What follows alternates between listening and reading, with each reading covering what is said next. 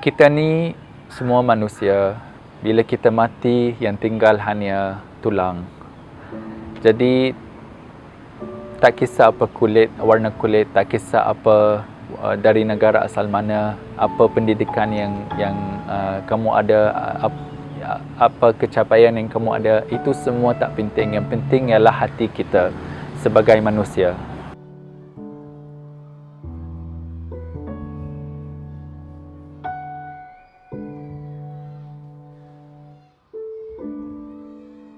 Hi, my name is Hasan. I'm from Aleppo, Syria, and I'm 23 years old. And I've been in Malaysia for the past 12 years. One thing interesting about me is that I really love animals. So back in Syria, my parents were farmers, and we had our own farm with cows, sheep, goats, chickens, hens.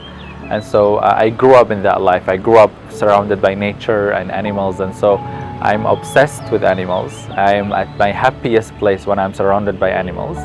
And my favorite animal is sheep, but I couldn't get a sheep here, so I have 2 cats at home. So yeah, I also love cats. Before the war in Syria, we had a happy life, and a life that as happy as you could imagine. We had a home, we had friends, family. I went to school with my siblings. My parents had a job. We were surviving. We were doing okay safely. And then when the war started, everything turned upside down. And so we had to leave. We were forced to leave. And I'm very, very glad and lucky that my parents made the decision, a wise decision, to bring us to safety. Because I don't think we would have survived if we stayed there. And so that's when my parents decided to bring us to Malaysia.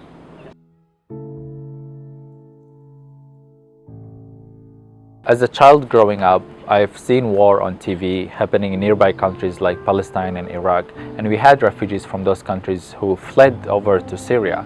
And so seeing it on TV was sad, but never once have I imagined that it would actually happen in our own country.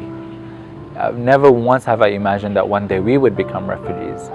When the war started, it started in one area, and in just a split second it spread all over the country. We started hearing gunshots, bombs flying above our houses and hitting the village next to us.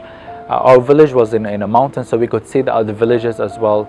And going through all of that, there was one time when we had to hide in order to protect ourselves.